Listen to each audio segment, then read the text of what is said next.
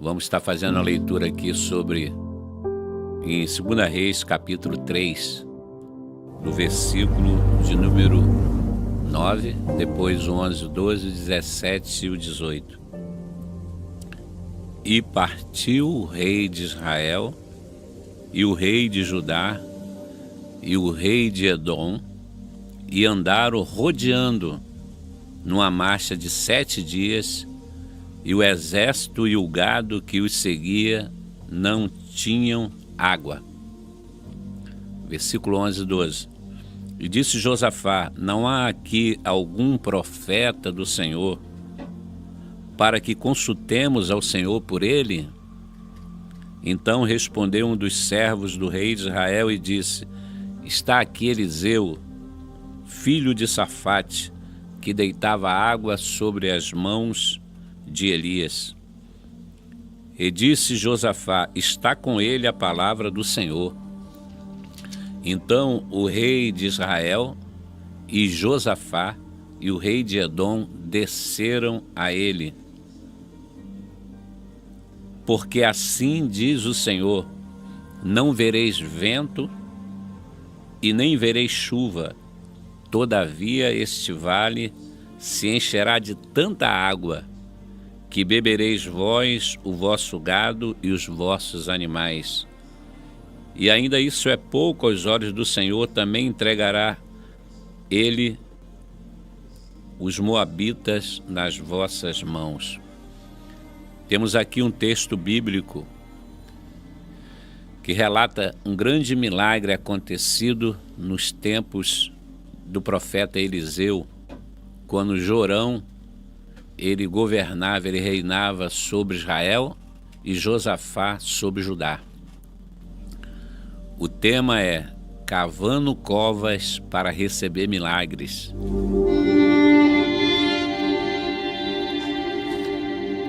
O rei de Israel, chamado Jorão, ele resolveu batalhar contra os moabitas.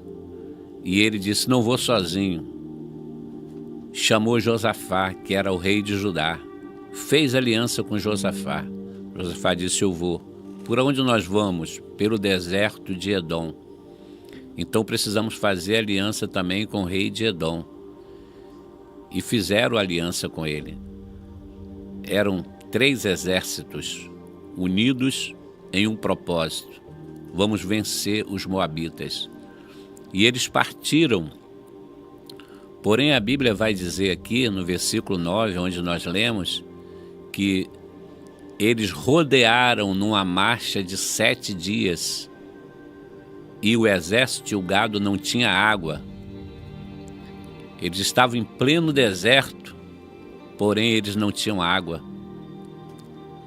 E agora 7 dias rodeando, isto é, andando em círculo. Você sabe que quem anda em círculo não chega a lugar nenhum.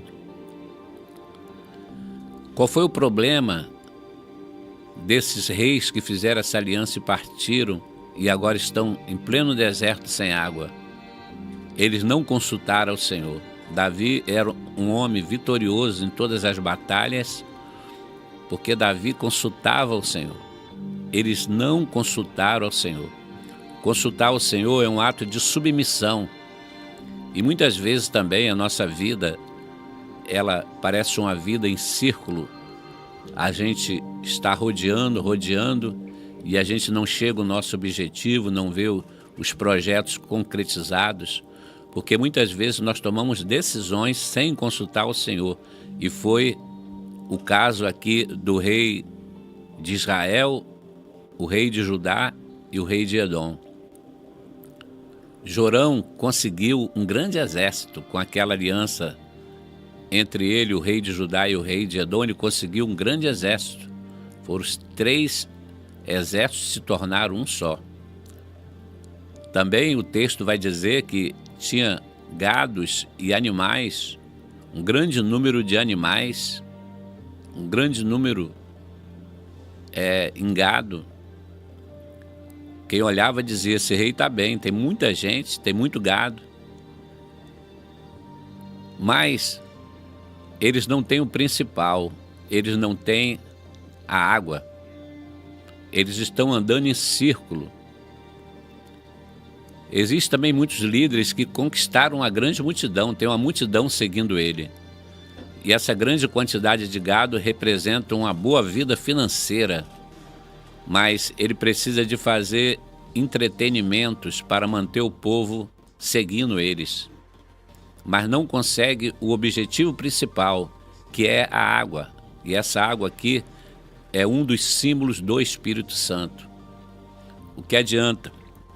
Nós temos um grande povo nos seguindo e continuar andando em círculo, distraindo o povo para que eles nos sigam, mas nós estamos em pleno deserto e a gente não vê a água.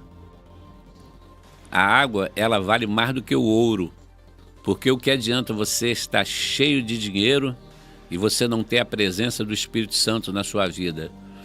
Diante dessa situação, Jorão, ele se desespera e ele diz: o Senhor nos trouxe aqui para morrer na mão dos nossos inimigos. Ele pensou, ou a gente morre de sede, ou a gente morre pela mão dos moabitas, porque eles vão saber que nós estamos aqui nesse deserto sem água. Sem o Espírito Santo, nós somos também uma igreja morta. E a Bíblia fala sobre a igreja de Sardes, que era uma igreja morta. Nós precisamos urgentemente dessa água nesse deserto que é o mundo. Isaías 44, versículo de número 3, na parte A, Deus fala o seguinte: porque derramarei água sobre o sedento e rios sobre a terra seca. Derramarei o meu espírito sobre a sua posteridade e a minha bênção sobre os teus descendentes. Nós precisamos entender que a água é muito mais valiosa do que o dinheiro, do que o ouro. A igreja de hoje, ela precisa também desse avivamento, desse derramar do Espírito Santo. Mas enquanto Jorão está desesperado, dizendo: o Senhor me trouxe aqui para me entregar na mão do inimigo, Josafá, ele toma uma atitude diferente. Quem era Josafá? Era um homem de Deus. Talvez você já tenha ouvido falar sobre ele, que ele venceu uma guerra sem precisar usar armas. Ele era um homem temente a Deus. Ele só vacilou quando ele fez uma aliança com Acabe, que era um rei que andava fora da direção de Deus. Mas Josafá tomou a atitude certa. Ele disse: vamos consultar o Senhor, nós precisamos de direção. Então alguém disse assim, ele disse: tem algum profeta do Senhor aqui nessa região? E disseram para ele: tem Eliseu, filho de Safate, aquele que deitava água nas mãos de Elias. Olha como Eliseu ficou sendo conhecido como servo, aquele que serve. E Josafá disse: está com ele a palavra do Senhor. E eu quero abrir parênteses aqui para dizer que a palavra do Senhor não está com todo mundo. A palavra do Senhor não está na boca de todo mundo. A palavra do Senhor, que eu digo, é a mensagem que Deus está enviando do céu para ser proclamada na terra. Está com ele a palavra do Senhor. Então o texto vai dizer que veio sobre o profeta Eliseu. Primeiro disse que eles desceram até ele, porque quem quiser ouvir a voz de Deus tem que descer. E esse descer na Bíblia simboliza, tipifica a humilhação, se humilhar. Porquanto, em Jeremias 18, versículo 2, o texto diz, Deus fala para Jeremias: levanta-te e desce à casa do olheiro, e lá te farei ouvir as minhas palavras. Sabe por que muitas pessoas não estão ouvindo Deus hoje? Porque eles não descem, eles não se humilham. E através da humilhação é que Deus vai falar conosco. O texto diz que os 3 reis desceram ao Senhor. Eles não colocaram um trono na praça e disseram: manda o profeta vir até a mim. Não, eles desceram. Eles estavam numa situação difícil e eles desceram. Independente da posição e do título que eles tinham, eles desceram para ouvir a mensagem de Deus pela boca do profeta Eliseu. Quem quer ouvir a voz de Deus tem que descer, independente do título, da posição que ele ocupa, porque Deus não se impressiona com isso. É através da humilhação é que nós podemos ouvir a voz de Deus. Eles desceram até o profeta, e a Bíblia diz: veio sobre ele a mão do Senhor. Por que a mão do Senhor veio sobre Eliseu? Porque Deus veio entregar uma mensagem para o profeta Eliseu. Veio sobre ele a mão do Senhor, no versículo 15, na parte B. A mão do Senhor trouxe a mensagem. Se a mão do Senhor não vier, é melhor a gente ficar calado. Porque tem muita gente dizendo que Deus falou, que Deus não falou, entregando uma mensagem que não veio da mão do Senhor. Lembra do profeta Ezequiel? Quando ele teve a visão do vale de ossos secos, Deus tinha uma mensagem para o povo de Deus que estava na Babilônia. Em Ezequiel 37, versículo 1, o texto diz: e veio sobre mim a mão do Senhor. Ele está dizendo: veio sobre mim a mão do Senhor. Se a mão do Senhor não vier, a gente não tem mensagem. Se a mão do Senhor não vier, a gente não tem uma revelação do alto. Veio sobre mim a mão do Senhor, e o Senhor me levou em espírito a um vale. E ali Deus falou com Ezequiel. Agora Deus usa o profeta e dá uma ordem. Porque quando nós estamos em apuros, e talvez você esteja em apuros, você esteja como esse povo perdido nesse deserto, passando por uma situação que você não sabe para que lado você se mexe. E assim o povo não tinha, ele tinha uma grande multidão, tinha o gado, eles tinham armamentos, eles tinham tudo, mas não tinham água. O que adianta? Uma grande multidão, o que adianta os melhores equipamentos de som? O que adianta uma conta bancária muito gorda, porém não tem a presença do Espírito Santo? O que adianta eu chegar na porta de uma igreja em um carro importado, em um terno de primeira linha, em um sapato de cromo alemão e um relógio caríssimo, mas na hora que eu for pregar, eu tenho tudo aquilo, mas eu não tenho a presença do Espírito Santo. A água aqui representa a presença do Espírito Santo. Mas Josafá consultou ao Senhor, e o Senhor deu a resposta. Quando nós consultamos ao Senhor com sinceridade, Deus vai usar a boca do profeta e vai falar conosco. Agora vai depender de nós fazer o que Deus mandou a gente fazer ou deixar de fazer o que Deus mandou, para que a gente alcance a vitória, o êxito. Naquela questão, nós precisamos ouvir Deus e obedecer a Deus. Veio sobre o profeta a mão do Senhor, e o profeta disse o que eles precisavam fazer. Ele disse o seguinte: vocês vão fazer muitas covas aqui nesse vale. Vocês vão cavar muitos buracos aqui nesse vale. Vocês não vão ver chuva e vocês também não vão ver vento. Mas todavia esse vale se encherá de água. Sabe o que Deus estava falando para eles? Através do profeta Eliseu, vai acontecer um milagre no meio do vale. Por isso o tema da mensagem é cavando covas para receber milagre. Vai acontecer um milagre no meio do vale, mas vocês vão ter que cavar covas. Agora você imagina aquela multidão com sede, não havia uma gota de água, os animais com sede, os exércitos com sede. E agora o profeta diz: cavem poços. Talvez pudesse dizer: a gente não tem enxada, não tem cavadeira, não tem ferramenta. Como é que nós vamos cavar poços? Você já imaginou o que é cavar poço numa terra seca? Numa terra que não tem água, parece o solo parece de concreto? Eles tinham que cavar com a espada, com lança, com o que eles tinham na mão, mas eles precisavam cavar os buracos, porque se eles não cavassem covas, não viria água. E Deus ainda disse: vocês não vão ver vento, vocês não vão ver nuvem, porém a água vai chegar. Talvez deu um nó na cabeça deles: como que essa água vai chegar? Porque quando tem nuvem tem chuva, quando tem vento, o vento traz a nuvem. Mas Deus iria operar de forma sobrenatural. Nosso Deus opera de forma sobrenatural. Eclesiastes capítulo 11, versículo 5, o texto diz que assim como não sabes o caminho do vento, nem como se formam os ossos no ventre de uma grávida, assim são as obras do Senhor. Deus não precisa explicar a forma com que Ele vai fazer. Ele vai fazer o milagre, se nós fizermos o que Ele manda. Agora eu queria falar para você o que significa cavar covas. É algo sacrificial. O que significa? Significa oração. Cavar poços, cavar covas significa oração. Quando nós estamos encurralados no meio do deserto, nós buscamos a direção de Deus e Deus fala conosco. Entra no vale da oração. Começa a cavar cova. Cavar cova não é fácil. E orar também não é fácil. Orar é sacrifício. Só que o povo precisava obedecer aquilo que Deus estava falando para que o milagre acontecesse, para que a água chegasse.